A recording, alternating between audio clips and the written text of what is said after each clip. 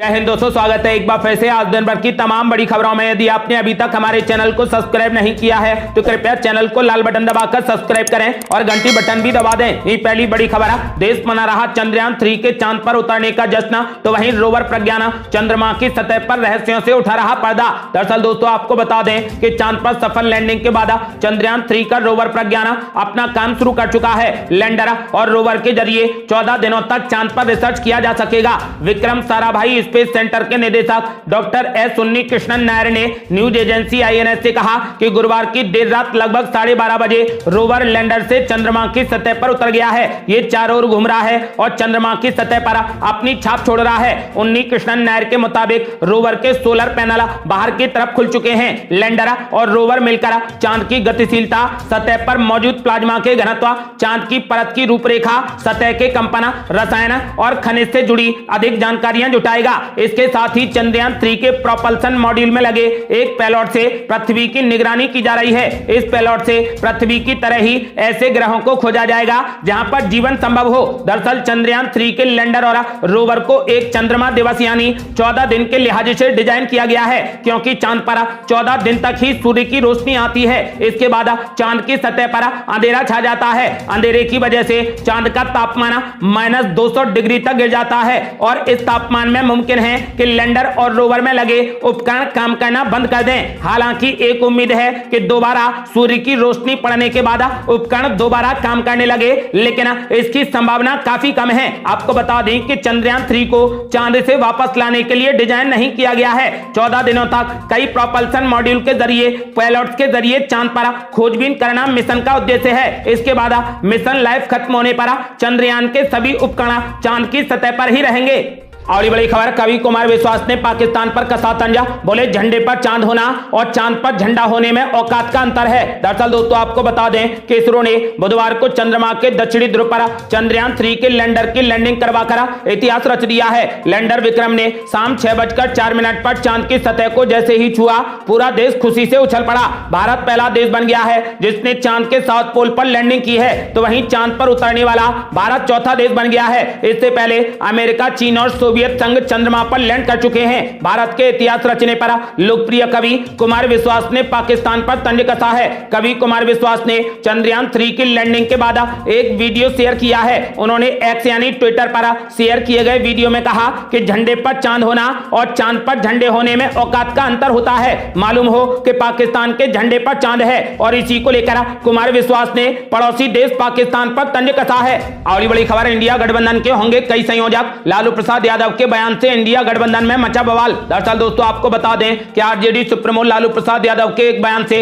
India गठबंधन में बवाल मचा है। आरजेडी की सहयोगी जेडीयू को उनका वो बयान पसंद नहीं आया जिसमें लालू यादव ने इंडिया गठबंधन के कई संयोजक बनाए जाने की बात कही। जेडीयू को भरोसा है कि बीजेपी के खिलाफ विपक्ष को एकजुट करने की पहल करने वाले बिहार के मुख्यमंत्री नीतीश कुमार को इस नए गठबंधन का राष्ट्रीय संयोजक बनाया जा सकता है। 31 अगस्त से 1 सितंबर को मुंबई में तीसरी बैठक होने वाली है जिसमें इस मुद्दे पर फैसला लिया जा सकता है। इंडियन एक्सप्रेस की एक रिपोर्ट के मुताबिक जेडीयू के एक वरिष्ठ नेता ने कहा कि एक से अधिक संयोजक बनाने का कोई भी खास मतलब नहीं है। हालांकि राज्यों के हिसाब से संयोजक होना एक अच्छा विचार है। उन्होंने कहा कि एनडीए में भी प्रदेश संयोजक हुआ करते थे, लेकिन एक से अधिक संयोजक अच्छा विचार नहीं है। उन्होंने कहा कि हम नहीं जानते कि लालू प्रसाद यादव इंडिया गठबंधन के एजेंडे के इतने मुख्य हिस्से के बारे में एक तरफा बात कैसे कर रहे हैं। आपको बता दें कि लालू यादव ने ऐलान कर दिया है कि इंडिया गठबंधन के कई संयोजक होंगे, जिसके बाद इंडिया गठबंधन में बवाल मचा है। और बड़ी खबर, चांद पर ऐतिहासिक सफलता पर भाजपा और कांग्रेस में तू में 2024 में मोदी को मिशन चंद्रयान से कितना होगा फायदा। दरअसल दोस्तों आपको बता दें कि चंद्रयान 3 चांद की सतह पर सफलतापूर्वक उतर चुका है। भारत की शानदार वैज्ञानिक सफलता के लिए पूरी दुनिया से बधाई मिल रही है। अमेरिका ने भी भारत को बधाई देते हुए कहा कि वो भारत के साथ काम करके बहुत खुशी महसूस कर रहा है। लेकिन देश में ही मिशन चंद्रयान पर भाजपा और कांग्रेस के बीच में जमकर राजनीति हो रही है। भाजपा अध्यक्ष जेपी नड्डा ने मिशन चंद्रयान की सफलता के लिए प्रधानमंत्री नरेंद्र मोदी के कुशल नेतृत्व और उनके द्वारा वैज्ञानिकों को लगातार दिए जा रहे प्रोत्साहन को श्रेय दिया है। उन्होंने कहा कि पीएम मोदी के नेतृत्व में देश अंतरिक्ष के क्षेत्र में लगातार नई उपलब्धियां हासिल कर रहा है। वहीं कांग्रेस पार्टी के अध्यक्ष मल्लिकार्जुन खड़गे ने चंद्रयान की सफलता को सामूहिक प्रयासों का परिणाम बताया है। उन्होंने कहा कि 6 दशक पुराने भारत के अंतरिक्ष कार्यक्रम में मिशन चंद्रयान बड़ी सफलता है। उन्होंने यूपीए सरकार के समय 2008 में चंद्रयान प्रथम की सफलता को भी याद किया।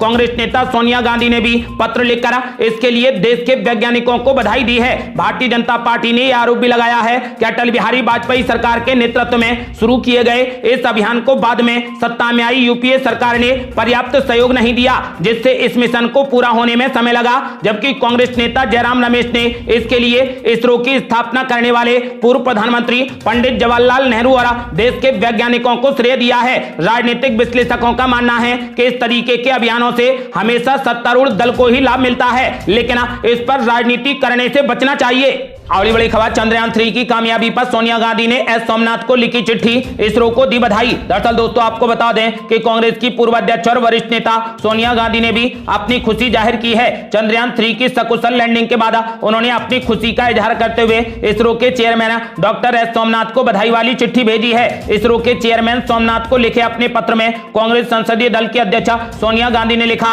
कि इस शानदार कामयाबी से मैं बहुत रोमांचित हूं। ये सभी भारतीयों के लिए बड़े गर्व की बात है और खासकर युवा पीढ़ी के लिए मैं इस सफलता के लिए इसरो की पूरी टीम को बधाई देती हूं। पूर्व कांग्रेस अध्यक्ष सोनिया गांधी ने आगे कहा कि इसरो की अद्वितीय क्षमता विगत दशकों में विकसित हुई है। 60 के दशक से ही आत्मनिर्भरता का इसकी कामयाबी में अहम योगदान रहा है। मैंने ये पत्र आपको ये बताने के लिए लिखा है कि कल शाम इसरो की शानदार उपलब्धि से मैं कितनी रोमांचित हूं। सोनिया गांधी ने कहा कि इसरो की उत्कृष्ट क्षमताएं कई दशकों से विकसित हो रही हैं। इसमें सभी का उल्लेखनीय योगदान रहा। इसने हमेशा सामूहिक प्रयास की भावना को प्रेरित किया है। कांग्रेस नेता सोनिया गांधी ने कहा कि पूरी इसरो बिरादरी को शुभकामनाएं देती हूं। इस महत्वपूर्ण अवसर पर इस टीम का प्रत्येक सदस्य बधाई का पात्र है। अगली बड़ी खबर, ब्रिक्स शिखर सम्मेलन में बोले पीएम मोदी, चंद्रयान 3 सिर्फ भारत की ही नहीं बल्कि पूरे विश्व की उपलब्धि है। दरअसल दोस्तों आपको बता दें कि प्रधानमंत्री नरेंद्र मोदी ब्रिक्स समिट में हिस्सा लेने के लिए दक्षिण अफ्रीका की राजधानी जोहान्सबर्ग में हैं। समिट के आखिरी दिन पीएम मोदी ने चंद्रयान 3 की सफलता पर भारत को बधाई देने वाले राष्ट्रों और राष्ट्राध्यक्षों को धन्यवाद अर्पित किया। पीएम मोदी ने देश की उपलब्धि को मानवता की उपलब्धि बताया। पीएम मोदी ने कहा कि यह भारत के लिए बहुत ही गर्व की बात है कि उसकी उपलब्धि को पूरी मानवता के लिए एक उपलब्धि से जोड़कर देखा जा रहा है। उन्होंने कहा कि मैं इस ऐतिहासिक मौके पर भारत के लोगों और हमारे वैज्ञानिकों की तरफ से दुनिया के अन्य वैज्ञानिकों और विश्व के वैज्ञानिक समुदाय को उनकी शुभकामनाओं के लिए धन्यवाद देता हूं। आपको बता दें कि अपने वक्तव्य के दौरान पीएम मोदी ने ब्रिक्स के विस्तार का भी समर्थन किया। उन्होंने कहा कि भारत का मानना रहा है कि नए सदस्यों को जोड़ने से ब्रिक्स एक संगठन के रूप में काफी मजबूत होगा। पीएम मोदी ने आगे कहा कि मैं मेरे मित्र दक्षिण अफ्रीका के राष्ट्रपति जी को इस समिट के सफल आयोजन के लिए भी धन्यवाद देता हूं, उनका अभिनंदन करता हूं। पीएम मोदी ने कहा कि मुझे हर किसी से यहां पर बधाइयां मिल रही हैं और दुनिया के सभी लोग हमें हृदय से बधाई दे रहे हैं। ये सिर्फ हमारे लिए ही नहीं बल्कि विश्व के लिए भी एक उपलब्धि है। पीएम मोदी ने कहा कि हमने जिस क्षेत्र में अपना टेरेन चुना वो कठिन था, लेकिन हमारे वैज्ञानिकों के कारण ऐसा संभव हो पाया। इसके लिए मैं पूरी दुनिया की वैज्ञानिक चेतना और वैज्ञानिकों को धन्यवाद देता हूं। अगली बड़ी खबर, चंद्रयान 2 के वक्त इसरो के अध्यक्ष रहे के सिवन का बड़ा ऐलान, बोले मेरा सपना आज सच हो गया। दरअसल दोस्तों आपको बता दें कि इसरो के पूर्व अध्यक्ष के सिवन ने कहा कि मैंने चंद्रयान 2 की लैंडिंग के दिन और कल की तुलना की तो निश्चित रूप से चंद्रमा पर जाने और दक्षिणी ध्रुव के पास उतरने का मेरा सपना सच हो गया है। इसीलिए मैं बेहद खुश हूं कि कल ये सॉफ्ट लैंडिंग सफलता पूर्वक हुई है। इसरो के पूर्व अध्यक्ष के सिवन ने कहा कि चंद्रयान 2 में हुई एक छोटी सी गलती के कारण हम सफलता हासिल नहीं कर सके, अन्यथा हम 4 साल पहले ही ये सब कुछ हासिल कर सकते थे। अब हम खुश हैं कि हमने उस गलती से सीखा और इसे ठीक किया। 2019 में ही हमने चंद्रयान 3 को कॉन्फ़िगर किया और क्या सुधार करना है ये भी 2019 में ही तय किया गया था।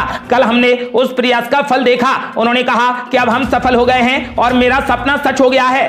अगली बड़ी खबर, सस्पेंड हो गई भारतीय कुश्ती संघ की सदस्यता, समय पर नहीं कराए गए चुनाव तो अंतरराष्ट्रीय कुश्ती महासंघ ने लिया बड़ा फैसला। दरअसल दोस्तों आपको बता दें कि अंतरराष्ट्रीय कुश्ती महासंघ ने भारतीय कुश्ती संघ के खिलाफ कड़ा एक्शन लेते हुए उसकी सदस्यता रद्द कर दी है। उन्होंने ये कदम समय पर चुनाव नहीं कराए जाने की वजह से उठाया है। अंतरराष्ट्रीय कुश्ती महासंघ ने 45 दिनों के भीतर चुनाव कराने में असफल रहने पर WFI को निलंबित कर दिया है। जल्द ही इस मामले पर आधिकारिक सूचना जारी कर दी जाएगी। वहीं WFI के सदस्य अंतरराष्ट्रीय कुश्ती महासंघ को यह समझा पाने में असफल रहे हैं कि इन चुनावों पर अदालत ने रोक लगाई है। इस साल की शुरुआत से ही भारतीय कुश्ती संघ अपने अध्यक्ष पद के लिए चुनाव नहीं करा सका है। इस साल की शुरुआत में कुश्ती संघ के अध्यक्ष ब्रजभूषण शरण सिंह के खिलाफ पहलवानों ने आंदोलन किया था और उन पर यौन शोषण के आरोप लगाए थे। इन आरोपों के बाद भारतीय कुश्ती संघ में तय समय पर चुनाव नहीं हो सके, जिसके कारण भारतीय कुश्ती संघ को अंतरराष्ट्रीय कुश्ती महासंघ ने सस्पेंड कर दिया है। अगली बड़ी खबर, भारतीय कुश्ती महासंघ के निलंबन पर ममता बनर्जी ने मोदी सरकार पर बोला जबरदस्त हमला,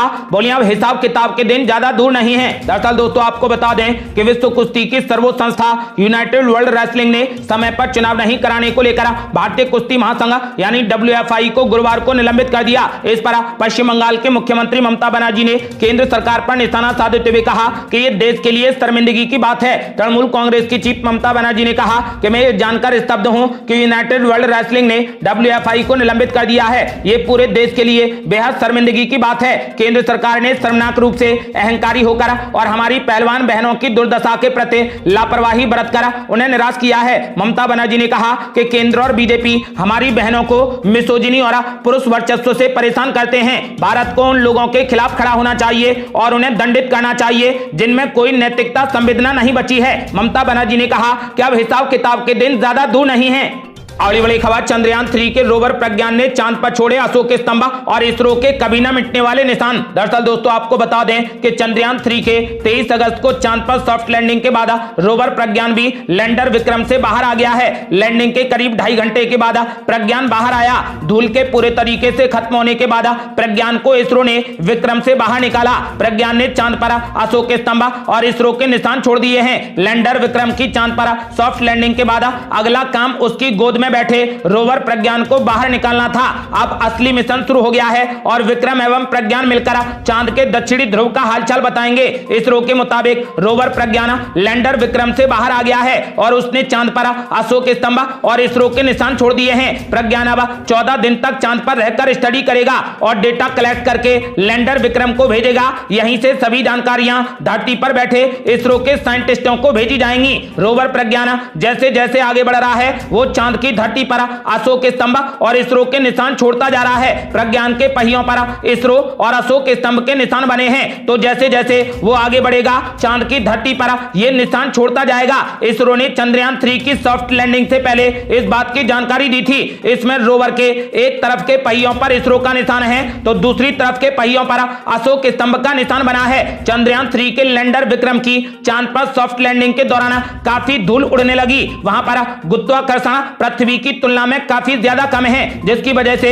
पृथ्वी की तरह वहां पर जल्दी धूल नीचे नहीं बैठती है। इसरो के वैज्ञानिकों ने पहले धूल के बैठने का इंतजार किया और फिर रोवर को नीचे उतारा। आपको बता दें कि अब रोवर ने अपना काम शुरू कर दिया है। ये थी अब तक की बेहद बड़ी खबरें। रोजाना की ताजा खबरों को जानने और हमसे जुड़ने के लिए चैनल को लाल बटन दबाकर सब्सक्राइब करें और घंटी बटन भी दबा दें। जल्दी मिलते हैं बड़ी अपडेट के साथ, तब तक के लिए जय हिंद, जय भारत।